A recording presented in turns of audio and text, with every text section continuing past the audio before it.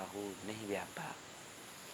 यानी सभी मनुष्य दैहिक देह का किसी प्रकार दुख नहीं था, शारीरिक दुख नहीं था, और किसी भी प्रकार से मानसिक दुख नहीं था, और किसी प्रकार से दैविक दुख नहीं था, बाढ़ भूकंप ये सब दुख नहीं थे। तो दैहिक दैविक भौतिक अभौतिक दुख भी राम के राज्य में नहीं था। और राम के राज्य में सब लोग कैसे रहते थे? सब नर करहि परस्पर प्रीति, और सब लोग आपस में प्रेम से रहते थे, प्रेम करते थे, स्नेह करते थे एक दूसरे के। और गावहि वेद पुराण श्रुति नीति, ऐसा वेदों में पुराणों में बार बार उल्लेख किया गया है। और वैसे भी कहा गया है कि हरि अनंत हरि कथा अनंता, कहाई सुने गावहि सब बहुविधि सुनता। भगवान की कथाएं, भगवान की लीलाएं अनंत प्रकार से हैं, उनको जानने का प्रयास हम कर सकते हैं। तो तुलसीदास कितने साल जिए थे? 91 साल जिए थे। अच्छा, एक प्रश्न आता है, इसको थोड़ा समझ लेते हैं, 2 मिनट इसको मिटा लेते हैं, इसके बाद आप जानने का प्रयास करते हैं।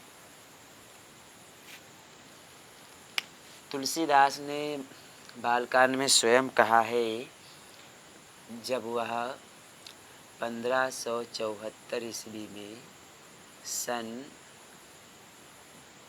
1574 ईस्वी में रामचरितमानस लिख रहे थे। क्या लिख रहे थे? रामचरितमानस।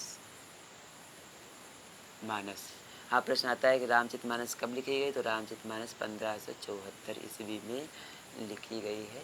तुलसीदास के द्वारा लिखना प्रारंभ किया, क्योंकि उन्होंने स्वयं कहा है, सम्मत 1631 राम कथा करि नावत सीसा।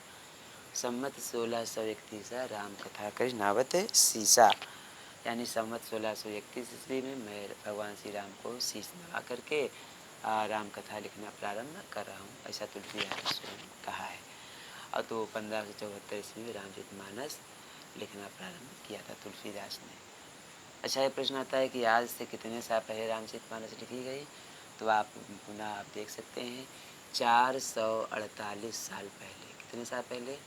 448 साल पहले रामचरितमानस लिखी गई। कितने साल पहले लिखी गई?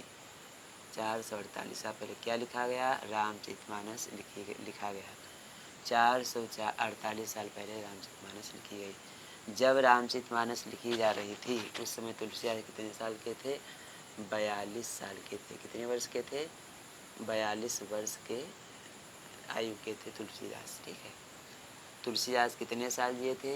91 वर्ष जिए थे, 91 ईयर। कितने साल जिए थे? बोलिए, 91 साल जिए थे तुलसीदास। तुलसीदास के गुरु का नाम क्या था? तो आप सबको पता है, तुलसीदास के गुरु का नाम था नरिहर दास। क्या नाम था? नरिहर दास। और तुलसीदास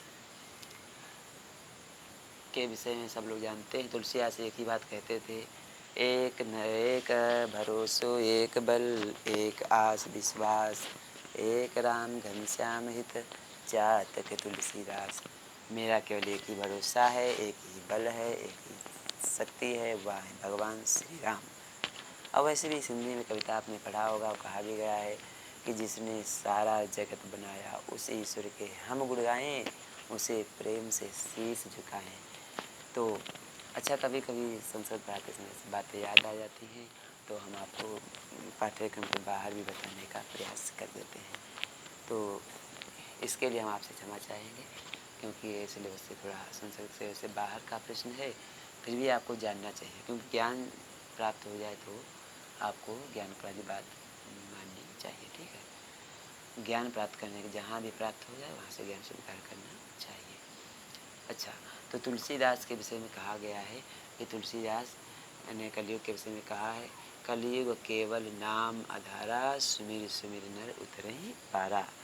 कलयुग में केवल राम का नाम आधार है, और उनका याद करके ही मनुष्य अपना जीवन क्या उद्धार कर सकता है। तो ये सब बातें आप जानते हैं, आपको बताने की आवश्यकता नहीं थी, फिर भी हमने आपको बता दिया है। तो संस्कृत नाटकों में महाकाव्यों का परिचय के अंतर्गत आप इस बातों को भी ध्यान रखेंगे। अच्छा, ज्ञान देखिए, एक हमने नियम बनाया है, बोलो कर्म प्लस ज्ञान बराबर जीवन महान। आज कुछ बता देते हैं आपको।